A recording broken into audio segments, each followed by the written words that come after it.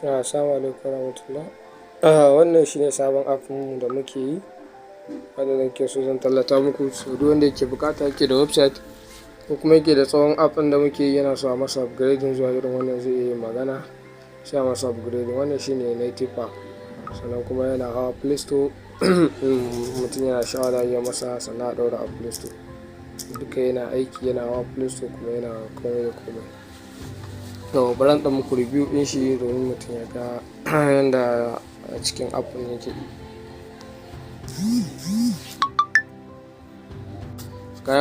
Kayi login, yana buƙatar passkey. Za ka create passkey, ko da ka da fingerprint za ka iya shiga da fingerprint. Baka da shi sai mutum ya create passkey.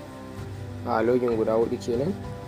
Kamar yadda kuke gani, za ku ga wannan komai yana aiki. Mun yi adin na smile, alpha, kirani, retail, so duka suna aiki. So ko da baka da sha'awan wa'innan, za ka iya yin magana, haɗa maka application ka sama shi a Play Store. So sabon features ɗin wannan gaskiya ba kamar irin wancan bane. Idan kuka lura za ku ga yadda shi wajen sayan datan shi yake. Shi ne yana selecting, za ka yi selecting wani plan. Bayan ka gama, za ka biya kuɗi da sauransu.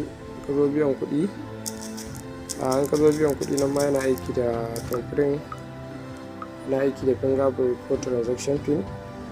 Sannan yana da contact, wajen za ka danna ka ɗauko contact direct daga kan wayanka.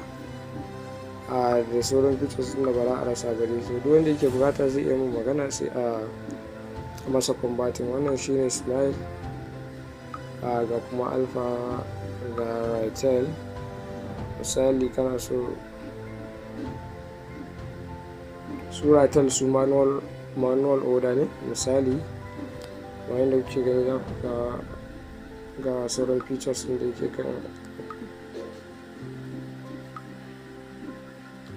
Za ku ga wayanda suka san wancan tsofin sun san wannan ya ɗauki wancan features da yawa gaskiya.